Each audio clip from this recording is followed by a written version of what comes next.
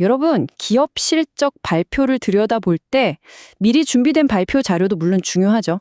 하지만 진짜 알짜 정보는 어디서 나올까요? 바로 분석가와 주주들의 날카로운 질문이 오가는 질의응답 시간입니다. 그래서 오늘은 준비된 연설은 과감히 건너뛰고 월스트리트가 로빈후드에게 정말로 궁금해하는 게 뭔지 그 생생한 질의응답 속으로 바로 들어가 보겠습니다. 자, 첫 번째로 살펴볼 핵심 주제는 바로 예측 시장입니다. 로빈후드의 새로운 성장 엔진으로 떠오르고 있는 이 사업, 과연 그 폭발적인 성장세 뒤에는 어떤 전략이 숨어 있을까요? 여기서 도이체방크의 한 분석가가 정말 핵심을 꿰뚫는 질문을 던집니다.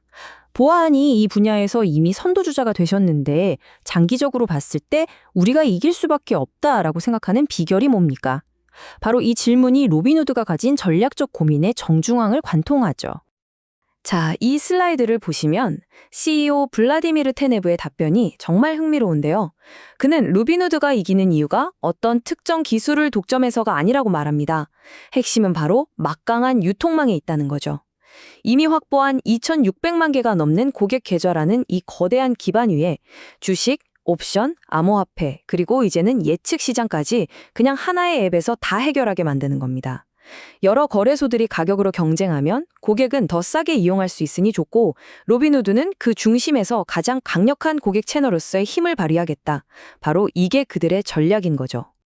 그리고 이 전략, 그냥 말로만 하는 게 아닙니다. 실행 속도가 어마어마해요.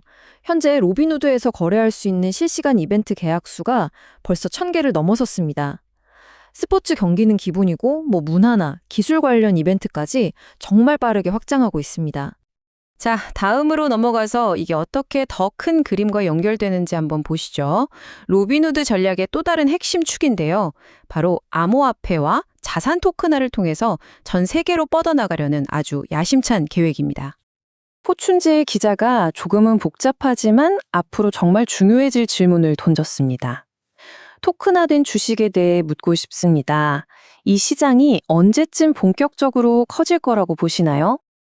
그러니까 로빈후드의 큰 그림은 이겁니다. 토큰화 자산을 위한 3단계짜리 장기 전략을 가지고 있는 거죠.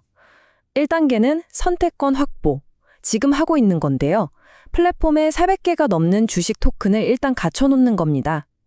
2단계는 이 토큰들을 비트스탬프 거래소에서 자유롭게 사고팔 수 있게 만드는 거고요. 그리고 마지막 3단계는 탈중앙화 금융, 즉 디파이 세상과 연결하는 겁니다. 고객이 자기 자산을 직접 보관하고 이걸 담보로 대출까지 받을 수 있게 하는 것. 이게 바로 그들의 궁극적인 비전인 거죠. 그리고 바로 이 슬라이드가 그 계획의 핵심을 딱 보여주죠. CEO 테네브가 직접 말합니다. 비트스탬프는 우리가 2단계로 나아가는데 아주 핵심적인 역할을 할 겁니다. 라고요. 비트스탬프 인수는 그냥 거래소 하나 산 게 아니라 글로벌 시장으로 나가고 토큰화 로드맵을 실행하기 위한 강력한 엔진을 단 셈입니다. 여기서 상호 운용성이라는 조금 어려운 기술 개념이 나오는데 이게 뭐냐면요. 서로 다른 블록체인 위에서 만들어진 자산들이라도 플랫폼에 상관없이 자유롭게 거래되고 사용될 수 있는 능력을 말해요. 테네스비 CEO는 지금 당장은 이게 완벽하지 않지만 결국엔 암호화폐 커뮤니티가 알아서 블록체인들을 연결하는 다리를 만들 거다. 그래서 장기적으로 보면 큰 문제는 아닐 거라고 보고 있습니다. 자, 이제 로빈후드가 어떻게 고객들을 더 깊숙이 끌어들이려고 하는지 그 다음 전략을 한번 살펴볼까요?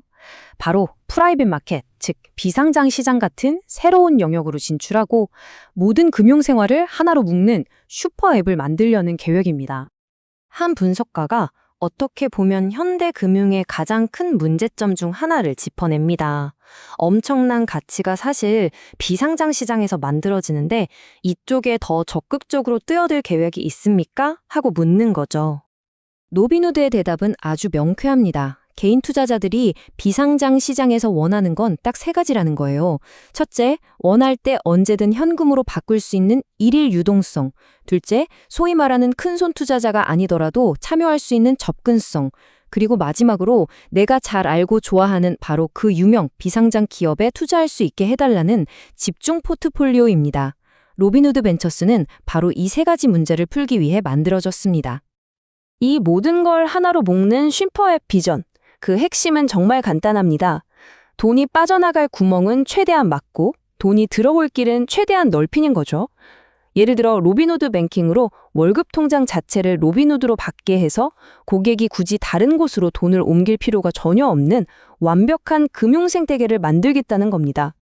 자, 마지막으로 로빈후드가 어떻게 하면 더 튼튼하고 미래에도 흔들리지 않는 회사가 될 수 있을지 그 근본적인 고민들을 들여다보겠습니다.